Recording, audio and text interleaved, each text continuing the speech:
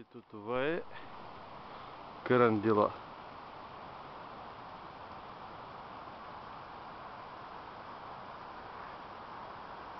Днеска сме 26 януари 2011 година.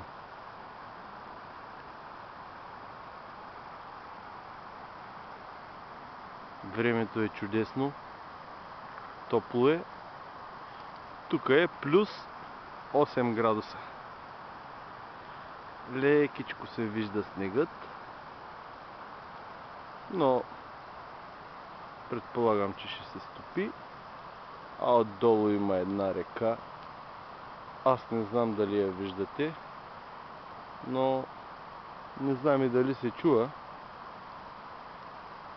Ето къде е реката.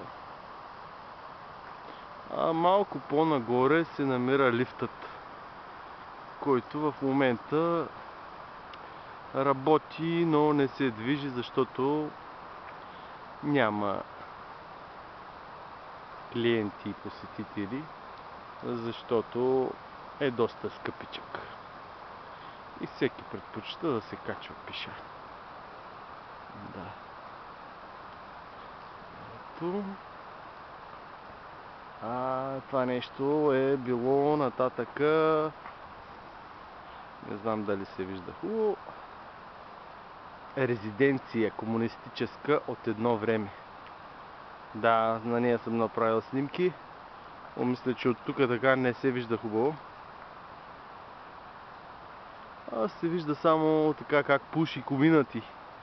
Така коминати пуши. Значи в момента пак е нещо не комунистическо, но нещо почти комунистическо. Щом се поддържа още. И така продължаваме нагоре всъщност. Сега ще спреме видеото.